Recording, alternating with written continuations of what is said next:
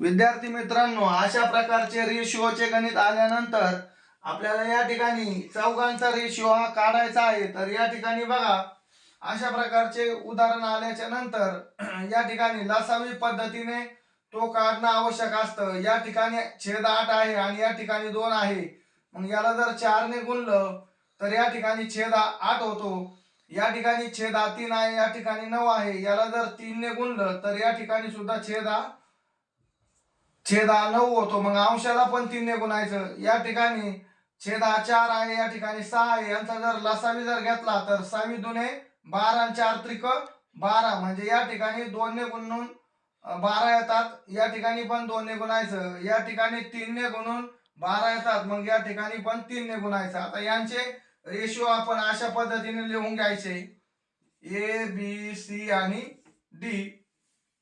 या ठिकाणी A B C आणि डी, या ठिकाणी एस बी चा रेशिओ, नवीन रेशिओ जर बघितला तर तो येईल 4:3 आणि या ठिकाणी बी सी चा जर रेशिओ बघितला तर तो येईल 3:5 बी सी चा रेशिओ येतो 3:5 आणि या ठिकाणी सी डी चा नवीन रेशिओ येतो 5 दुने 10, 10 3 त्रिक 9,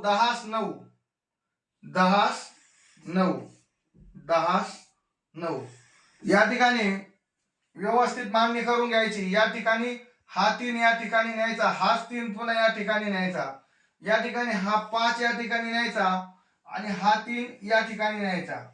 या ठिकाणी हा 10 जो आहे हाच या ठिकाणी आणायचा आणि हा 10 या ठिकाणी आणायचा। यांचा गुणाकार हा करून घ्यायचा। 5 त्रिक 15, 15 9 135, 3 5 15, 15 10 150, 3 त्रिक 9, 9 10 90।